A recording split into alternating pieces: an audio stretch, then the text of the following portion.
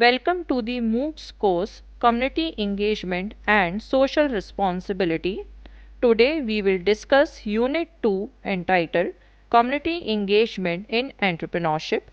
This whole unit is divided into two modules. We will discuss Module 1 focused on participatory rural appraisal, Jugaad and self-help groups. In the sixth part of Module 1 of Unit 2, we will study about the self-help groups, their introduction and various examples of self-help groups running in Dayalbag Educational Institute.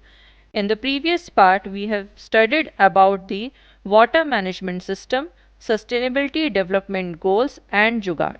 Self-help groups and Mahila Mandal. What is self-help groups?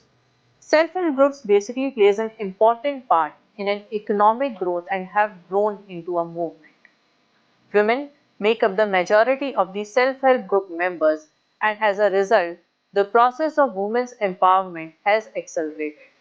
So in this, we basically make people or make the women's literate about some common thing or common technique which they can practice or from which they can earn some money. DI also have these self-help groups. We have Atma, Adinam and Triple L. The first self-help group is Atma, that is Apparel and Toy Making Association. Under this, training for stitching and apparels and making soft toys at 10 different villages of Rajabarari, district Harda, Madhya Pradesh has been done since November 2014. As a result of this, more than 150 ladies from Rajabarari and several surrounding villages are now trained to take job work related to sewing.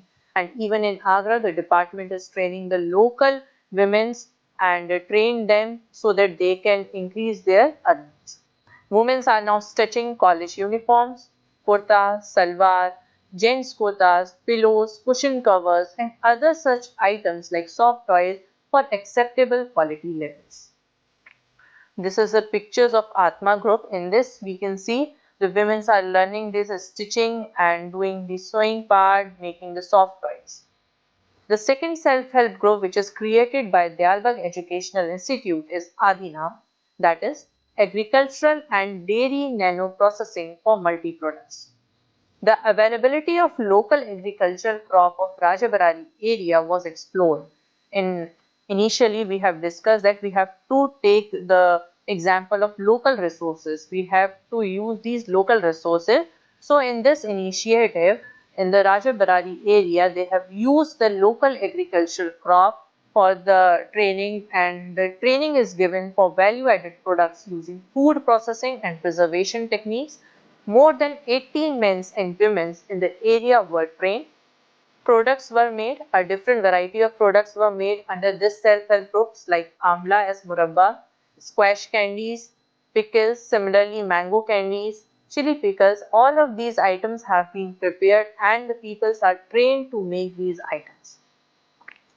These are the pictures of Adinam in which we can see the women are learning how to do preservations or how to make use of the local products for these making of pickles and all these things. The third self-help groups which we are creating is lifelong learning and extension activities to raise opportunities for self-employment and economic independence, and to generate awareness towards environmental protection and conservation, national integration, healthy living conditions, small family norms, gender equality, social evils, and tenurial consciousness. All of these things are covered in this lifelong learning and extension activities. So, in this part, we learned about the self-help groups, introduction and examples of self-help groups running in Dayalbag Educational Institute. To conclude this module, we studied community development, participatory rural appraisal, its benefits, components and techniques, common property resources like fish farming and water, Jugaad, self-help groups and some initiatives running in Dayalbag Educational Institute. All of these things we have studied in this lecture. Thank you.